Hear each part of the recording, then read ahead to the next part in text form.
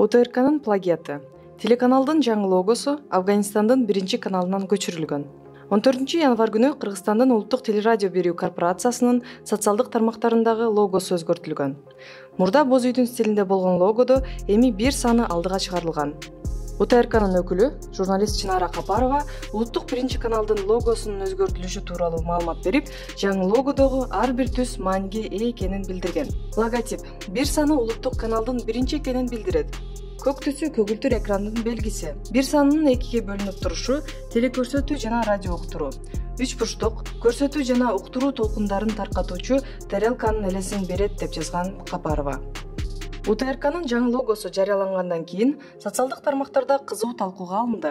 Көпчүлүк интернет колдонуучулары лого Орусиянын биринчи каналынан көчүрүлүп алынганын айтышкан. Орусиянын биринчи каналы ОРТнын логосу менен салыштырып көргөндө, УТРКнын логосунун дизайны кээ бир окшоштуктарга карабастан бир канча жерден айырмалана турганын көрүүгө болот.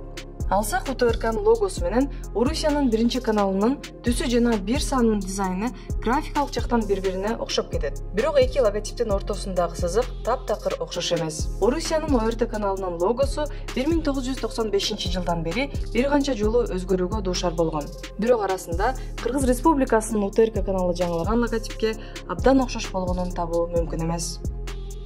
Өзгөртүлгөн түс Афганистандан уурдалган логотип. Улуттук биринчи каналдын логотипин плагиатка текшерип көргөндө, Орусиянын ОРТ каналына эмес, Афганистандын Бир ТВ Кабул телеканалынын логотипине абдан окшош экенин көрүүгө болот.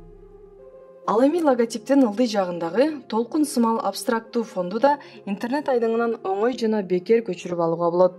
Башкача айтканда, УТРКнын жаңы логосунун дээрлик бардык бөлүгүн интернеттен табууга болот. Белгилей кетсек, Афганистандын Бир ТВ телеканалы 2010 жылдын февраль айынан баштап Кабулдан түз эфирге чыга баштаган.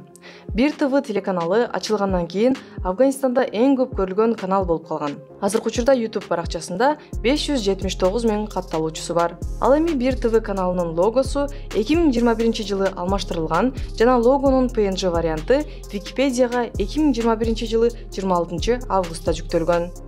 Логонун плагиаты жана журналисттик этиканын бузулушу. Кыргыз Республикасынын журналисттеринин этикалык кодексинин 21-беренесинде журналист плагиат кылбашы керек экени жазылган. УТРКнын жаңы логотипинде Афганистандын Бир ТВ каналынын логосунун элементтери болгондуктан этикалык кодекстин 21-беренеси бузулган. Плагиат жана автордук укуктардын бузулушу Кыргыз Республикасынын автордук жана чектеш укуктар жөнүндөгү мыйзамы менен жөнгө салынат.